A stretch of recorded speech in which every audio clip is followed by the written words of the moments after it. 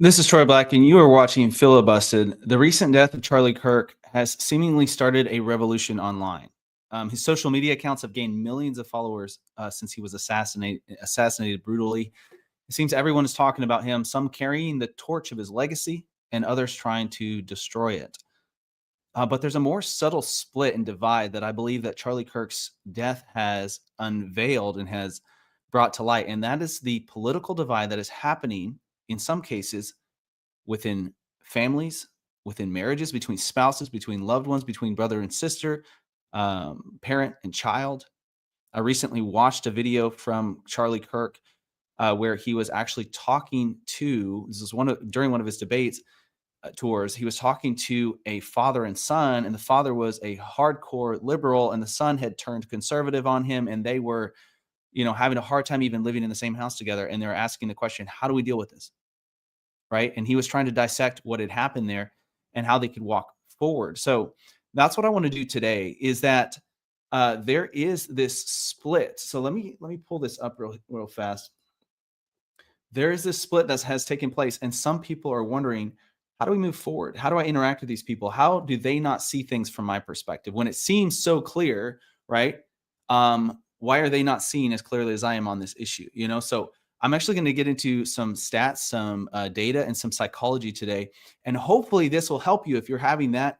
Hopefully, it will help bring this to light for a lot of people. But even if especially if you're having that issue in your own family or with somebody you love or a friend, hopefully this will help you to know how to navigate that at least a little bit better, or at least start thinking in that direction. I'm not a psychologist. I'm not a therapist. So there's that disclaimer. But Erica Kirk responded on Instagram. She recently called her late husband a martyr and vowed to continue the work of his organization, Turning Point USA. And I'm going to talk about why, even though I hope that she continues the work, absolutely 100% do, she's going to approach it differently. And that's just the reality of it. She's a different human being. She's a different gender. There are differences between a man and a woman, and so it's like she's going to look at it differently. And I think that could be a good thing. And it is a good thing. Generally speaking, it's a great thing. But his death has highlighted this political divide. Let me show you this crazy post on Reddit. Okay. Charlie Kirk ended my marriage. Wow. This post has 12,000 likes and over 500 comments. And I read through some of them, not all of them, but there's a lot of people on there saying the same thing. What on earth, right? Like, what does that even mean? And so a lot of this is just people getting on here and trying to blame their own problems on somebody that they followed online or that their spouse followed or whatever. And so there's that aspect of it to consider. But why is the split even there in the first place? It's like, why would you, be married to somebody who you politically disagree with to that extent? Or did these differences happen after the fact? Or, when it comes to other relationships, obviously you don't choose who your parents are, your children are. It's like sometimes people are in the same family and they're like, they don't know how to deal with the differences. Some people were shocked after Charlie Kirk's death. They were shocked to find out that their loved ones or their friends responded differently than they did. And this has actually been a point of contention. So this is an interesting study. This was actually done in year 2000, International Political Science Review. Okay. And so this has been happening for a long time now. This is not a new thing. And what I'm talking about here is I'm not attacking women. I'm not attacking men. I'm not even gearing this towards one sex or the other, but what I want to do is I want to use some of the stats here, some of the studies to show that there's a difference and to try to answer the question why behind some of the political divides that are happening in families. So generally speaking, women tend in certain directions. When you look at the studies, men tend in a different direction when you look at the studies, but there are specific instances where those, do not correlate to the individual. And, some men tend to be a different way. Some women tend to be a different way. And that's fine. When personalities are involved, you're going to have a lot of different people coming from a lot of different perspectives. But this is the International Political Science Review. It clearly shows that women were moving toward, at least at the time, towards the left faster than men within advanced industrial societies. So if you take an advanced industrial society, a country like the United States and countries like that, they're showing in this study that women in general were moving left faster politically than men. Interesting. And they also showed how it's not true in post-communist societies or developing countries. It's not true in post-communist societies or developing countries. Okay. And there's different reasons for that. I'm not going to get into all that, but let's look at this right here. Look at the gender gap here when it comes to voting. And again, this is not an attack on women. This is not an attack on men. This is what I'm attempting to show is there are psychological differences within human beings in general that can cause us to view things from a different perspective. And when we understand that somebody it's not just that they're viewing what happened from a different perspective slightly, but they're starting from a completely different point. I think it can help us to start these conversations with those that disagree with us and actually have a better outcome than just, okay, we agree to disagree, right? So here we go. This is the Center for American Women and Politics. It says about the gender gap, voting choices in presidential elections, even when women and men favor the same candidate, they may do so by different margins, resulting in a gender gap. In every presidential election since 1980, a gender gap has been apparent with a greater proportion of women than men preferring the Democrat in each case. Why is that true? Why do we see time and time again that women prefer the Democratic candidate over the men? Well, this is not speaking to women's ability to read the situation, I believe, or women's intelligence versus men's intelligence or something like that. I believe it's speaking to an innate tendency within men and within women that is actually different. And I want to talk about how we can improve the way we communicate. I'm a conservative, right? A lot of the liberal agendas and liberal ideology, I vastly disagree with. Now, I'm a little bit more of a moderate when it comes to a few different things, not moral issues necessarily, but a few different things. But when it comes to the big looming issues, it's like, well, why, how, a lot of times you're like, how do you not see it from my perspective, right? How are you not seeing this? Well, let's look at that, okay? In 2024 specifically, a majority of women favored the Democratic nominee Kamala Harris, while a majority of men voted for the Republican victor, Donald Trump. Interesting, okay? Again, not an attack on women, not anything like that. If you're a woman, I'm not trying to call you a liberal. I'm not trying to, not trying to say anything specific, but I'm trying to show that there are differences when it comes to psychology of an individual that the same is true of England. The same is true of all advanced industrial societies, that women are tending more towards the left. So are young women more left than men? And if so, why? This is actually from the 22nd of August, 2025. This is literally from last month. And it says, in a 2025 survey of more than 2,000 16 to 29-year-olds by Focal Data, 20% of young British women said that they were left-wing compared to 13% of young men. That's a very big gap, 7%. And then the majority of both identified as neither left nor right. So the majority was neither, just in the middle somewhere and not sure or whatever. But 20% said I'm absolutely left-wing. 13% of young men said that I'm absolutely left-wing. Why is that, right? Why is that the case? The article starts out by saying no one is really sure why. No one is really sure why. But I want to present my case today. Okay, why is this? I believe there's a couple reasons. These are a couple potential reasons. They may be the main reasons, they may not be. Okay, but here's a couple potential reasons. Women in general tend to be nurturers, and the liberal messaging is geared towards taking care of people. Now, neuroscientists, here's an article, why do women interact with their parents more often than men? The demonstration effect versus the biological effect.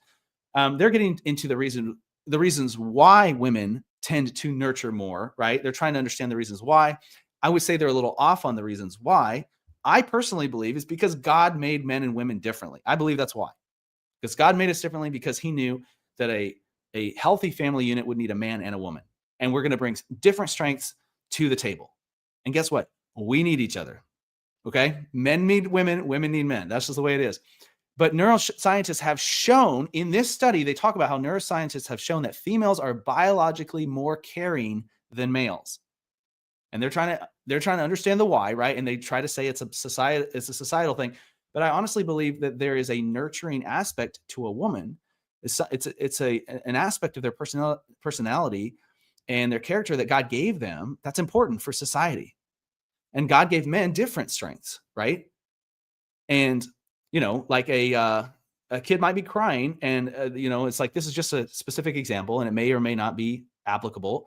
But if a child's crying, the mom might say, "Hey, let me give you a hug." And the dad might say, "Well, let's go do the practical thing and scare off the dog that scared the child in the backyard," or whatever. It's like, I'm gonna address how you feel versus, well, I'm gonna address the thing behind that made you feel that way in the first place. The thing that was hurting you.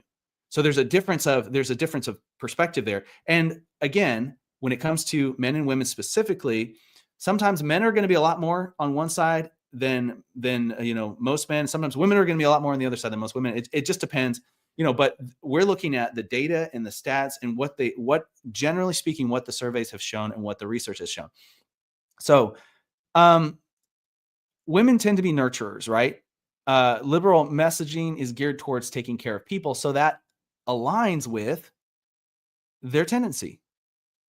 I personally believe that's why the tendency is there's a lot more women that lean towards the Democratic side in general, when it comes to nations that are developed, right? And I'm not saying that you do if you're a woman. I'm not saying that. I'm just saying that that's what the stats show. So the rhetoric is geared towards nurturing, even though the right would argue, and I would argue, that their policies implemented in practice end up hurting the people they're supposed to be helping. So they, a lot of times, I'm not saying every single time, but I'm saying generally speaking, when it comes to the big issues, a lot of times what happens is the rhetoric and the messaging is geared towards taking care. We're doing this because we're taking care of people, and that invokes an emotional response, and more so in somebody whose nature and tendency is to be a nurturer. But in practice, the policies implemented don't always follow the rhetoric, and they don't always end up actually helping the people they say that they're helping. And we see that we've seen that in this last year with some of the things that have come out about some of the, the big organizations that the left had been funneling money into, and what they said they were doing versus what they were actually doing. And the rhetoric was, we're helping people, but then you look at where did the money actually go, and it didn't even make it to the people they claimed to be helping. It made it into the pockets of the people that were behind the agenda, right? And listen, I'm not saying that doesn't happen on the right. You got to know it does. Why? Because the human beings are corrupt in general if they don't have Christ, and even Christians can make mistakes or can do bad things too. Okay. Now there are people in government that are not necessarily Christian, and they're trying their best to do the right thing too. So you have all of that at play. But when you put somebody in power, listen, a lot of times there's a temptation to become corrupted. Not everybody is, but some people are, and that's just the way it is. And it does happen on both sides. But what we're seeing when it comes to the big overlooming agendas of the left, a lot of times the rhetoric doesn't match up with the result. But here's why I think this may be happening. So inside of industrial countries, now a lot of this is my opinion. This is the opinion piece for the week, okay? A lot of the industrial countries, people have more leisure time. They have more time for reading and more time for listening. So they have a lot more time to be inundated by what? By stories. By stories. The left focuses more often on telling the stories of individuals than the right does. These stories become an emotional argument in the listener's mind, which continues to argue even when the stats or the data is shown. Let me say that again. The left focuses more on telling individual stories. I'll show you an example in a minute, but individual stories about people that were affected by, well, this, terrible thing from the right, or this over here, or that, or this leader, or whatever. It's like, or if we implement this legislation, more of this is going to happen. And here's the story about that person. And listen, my friend, the truth is, if they're being a good journalist, they're telling a true story. So we do need to keep that in mind. I'm a conservative, but as a conservative, I don't want to marginalize people. And I don't, and as a Christian, and as somebody who wants what's best for all people, not just people that think like me, I don't want to marginalize people, and I don't want to ignore the stories. And I don't want to ignore the people that have had a very hard time, or that have been treated unjustly or unfairly. So I don't want to ignore that. But the left is a whole lot more successful, I believe, at telling the stories of individuals than the right is. And what happens is the story, when a person hears that story, every time they think about that issue, that political issue, they can't help but think about that one person that was impacted in that one way and how it's unfair it was. And that story continues to argue and fight for the cause, even against, even you can bring a lot of data, a lot of stats and say, yeah, but like 97.9% of the time, this is the way it is, or this is, but look, but when you actually do this in other countries, it affects it this way. And most people are helped, but it's the story that I think a lot of times is in the emotional response. And again, don't hear what I'm not saying. I'm not saying emotionals are bad or that stories are bad or that emotional responses are bad. We need people that think more emotionally and people that think more logically. And we have a huge mix of those people in our society. And chances are you are a person who thinks very emotionally and very logically. And so I'm not trying to insult women or men or anything like that. But the tendency shows that women are a little bit more nurturing in the way that and so my point being, this is not a men versus women issue. It's not a wife versus husband issue, because a lot of times it's flip-flopped. It's on the other side, right? This is not always like well, the men is leaning right and the women's leaning left issue. It could be either way. That example I showed earlier was, a lot of times it's like, oh no, the conservative parents, like my children are listening to liberal people. The example I showed earlier was the dad was very liberal and the son had listened to a conservative voice and had started rethinking some of the things that he was taught. Okay. But when the stories are shared successfully, what happens? Look at this. Here's an example. It tends to fight against the facts. Like, here's an example. A book review. Solito by Javier Zamora. Okay. I've not read the book, but from what I've heard, it's pretty good. Okay. Does a really good job. I probably don't agree with this guy's politics if outside of him telling his story. This is a story of him migrating to the United States. And yes, he was migrating illegally. Okay. But when he did that, he was, I believe, like 9 or 10 years old. He was very young. And so a lot of people have read this book, this story, this historical account of this young boy. What happened was his parents went to the States and he was left with, I think, a grandparent or something like that, and then with a relative. And then eventually he decides to go for one reason or another. And he makes this very perilous journey to get through South American countries to get to the United States and to try to find his parents. And man, when you're looking at it from a perspective of, forget politics for a minute, when you're looking at it from the perspective of, man, this is a 9-year-old, 10-year-old boy. He doesn't know the difference between, migrating legally or illegally or all that. He's just trying to get back to his parents. It's like, that is the story. And no matter who you are, you're probably reading this book. You're probably rooting for the person, him, right? That's the story that people can't get out of their minds. But what ends up happening is the left focuses on a story and then they make us feel like every single case is like this one. Right? Now here, I'm just going to share my individual thoughts when it comes to illegal immigration and all that. I believe I'm a little bit more moderate myself when it comes to illegal immigration and people that have already crossed. Now, I'm very firm when it comes to shut down the border. Let's not let anybody else in illegally, right? Because that's not the right way can't have a successful country when you've got open borders. It's just that is the facts, right?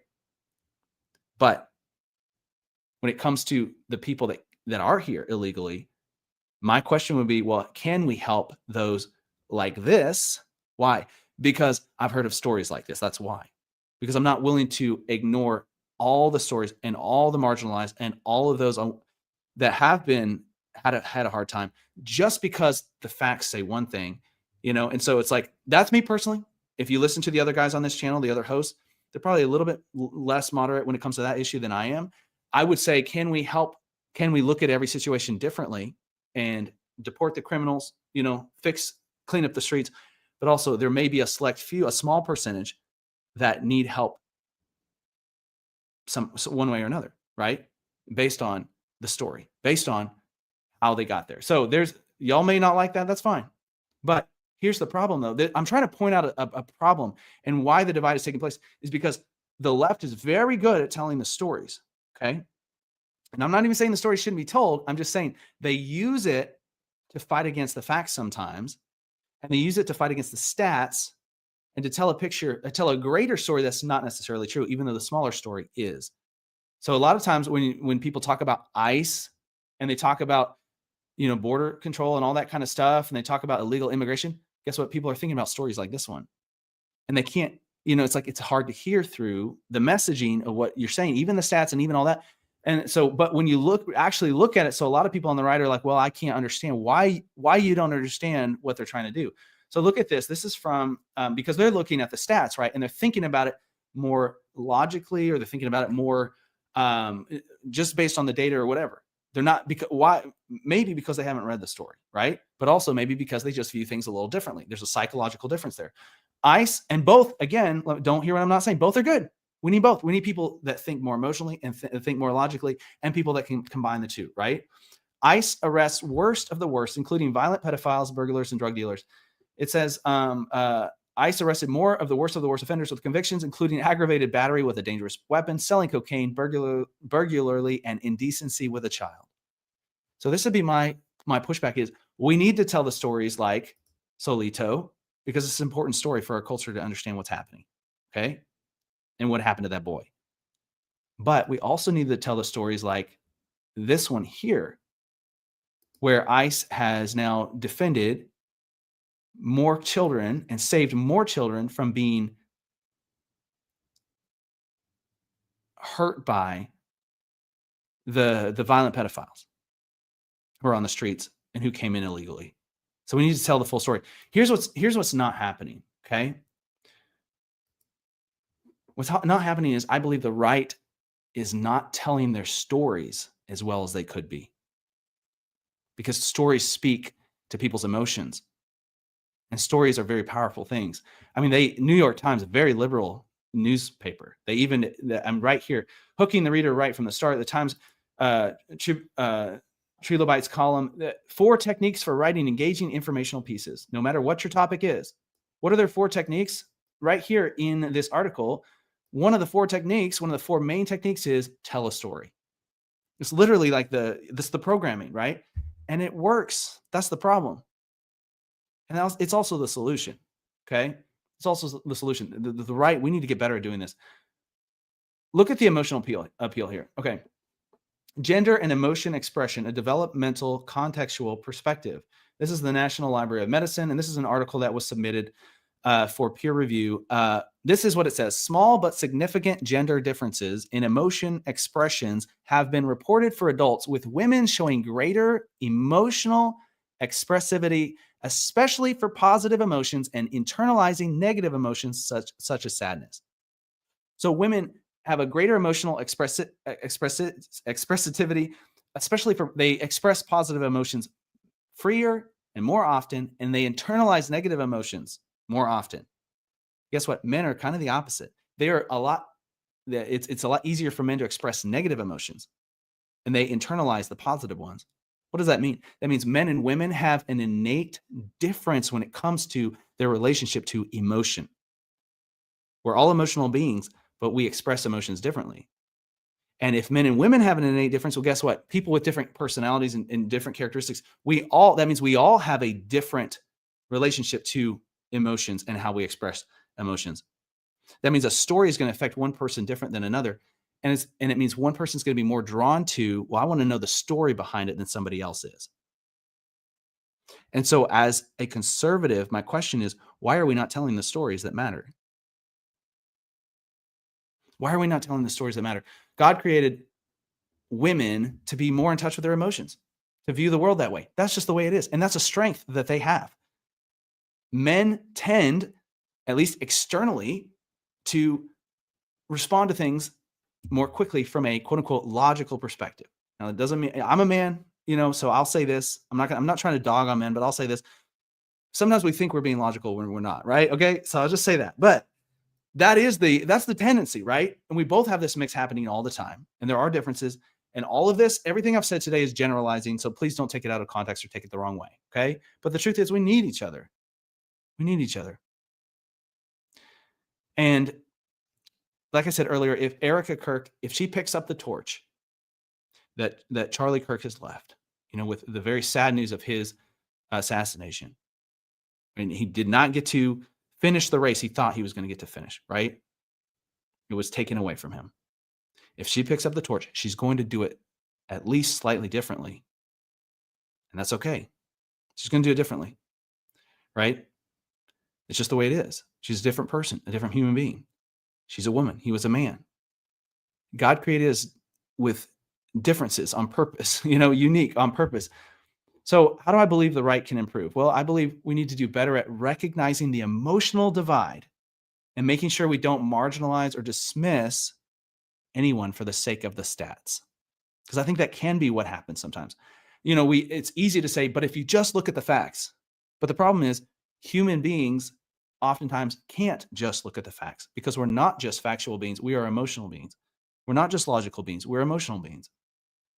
So I think we need to throw that away. But that phrase, if you just look at the facts, maybe say, but if you also look at the facts, but like that is important. That story is important. But if we also look at the facts, and I think addressing somebody where they are emotionally when it comes to the topic or the issue, I think is important. We also need to address them within the context of the stories that have influenced them. So we need to say, okay, I'm willing to hear that story. Let me hear it. And then let me respond and actually respond to the emotional stance you've taken on this issue because of the story. And even admit if there's a part of that story that's true, or there's a part of that plays into the bigger picture. Let's address that. Let's talk about that. And I believe we're going to be able to move forward better with being willing to do that. Sometimes the best response, especially when it comes to somebody you're in a relationship with, a spouse, a loved one, a parent, a child, a friend, sometimes the very best response is just to listen. It's just to listen. Why? Because our relationships are too darn valuable to throw away for the sake of a stat. Now that doesn't mean we don't speak the truth. We speak the truth in love. But how do you love someone? A lot of times just you first listen to what they have to say. And say, how'd you arrive at that conclusion? I want to know. I want to know because here's the thing. When Charlie Kirk asked that man, the dad and the son that I brought up earlier, one of the questions he asked, one of the first questions he asked them when they said, hey, the dad said, I'm a liberal, my son's a conservative. He said, do y'all love each other? And they were both like, yeah. He's like, you love your son? He's like, yeah. You love your dad? Yeah. And the point he was trying to bring up was, y'all are arguing with each other because you love each other. You're saying you both have arrived at this conclusion separately, and you're thinking it's what's best, and that's why you want the other person to get there too. So he's trying to get them to realize, oh, this other person's not attacking me because they hate me. They're attacking my belief, or they're presenting their belief because they actually care about me, and they're wondering why I believe what I believe. How could I possibly believe this when to them it seems so clear what the answer is? And I think he was using wisdom when he asked that question. And now, obviously, he tried to break apart the dad's liberal beliefs, by showing some of the things that he was getting wrong, right? Which I think was healthy and appropriate. But he did it in a way where he reminded them, like, y'all love each other, and your relationship is important, and fight for that. And I think we should do the same. We need to work towards telling stories that matter as conservatives, as people on the right. Whether maybe you're listening to this whole thing, somehow you got through this and you're not on the right, but at the same time, welcome. But we need to work towards telling stories that matter as conservatives. That's something that we've fallen down on. But we also need to protect our relationships and protect those that matter to us. And because I've had friends who disagree with me politically in almost every way, and yet they would die for me. That's saying something. Friendship is a very valuable thing. It's a very valuable thing. I want to commend people like Amala Ekuboni, if I'm saying her name right, who have made hard choices. I always have a hard time saying her name. She's made a hard choice. She left the left and got rejected by many of her friends and family because she started to wake up to some of the fact ignoring that they were doing. She was like, well, y'all are ignoring this fact and y'all are ignoring that fact, right? Y'all are ignoring this. And she started to recognize the inconsistencies in the narratives they were spinning. And she gravitated towards the right. She gravitated towards being more of a conservative. And now I'm commending her because she's telling her story. And I think that's why she is appealing to young conservatives and even the young people in general that used to be where she was. She's speaking to people that have walked out her story too, or have been in part of her story. Why? Because she's actually telling her story. And I think that's what the world needs right now. People that are willing to actually tell the stories that need to be told. And I think the other issue is we need to escape the echo chamber. So we've started to, like, again, going back to the father and the son, who the father was very liberal, the son was conservative. It's easy to start thinking this person I'm listening to, this influencer that I'm listening to, is my friend. They're my friend because they agree with or they agree with this sentiment, or they're asking the same questions I'm asking, whatever it is. And then we land in this echo chamber of just always hearing what they have to say and agreeing with everything. And every once in a while, something may come up that we don't agree with, but we go, well, I'm not really their friend, right? But I'm not really their friend, so I don't have to agree with everything they say. But in reality, we've invested a very large emotional weight into the voices we listen to often, whether we would be friends with them in real life or not. And eventually what they're saying is going to greatly impact how we view the world. And listen, my friend, did you catch the irony in that? But the truth is, when I get on here and I talk to you, I'm talking to you as if I were talking to a friend. That is my heart. My heart is not just to get clicks and views and all that kind of stuff. My heart is to help you. Okay. And there are people that are actually, that's really what they're trying to do. But here's the big but that comes with that.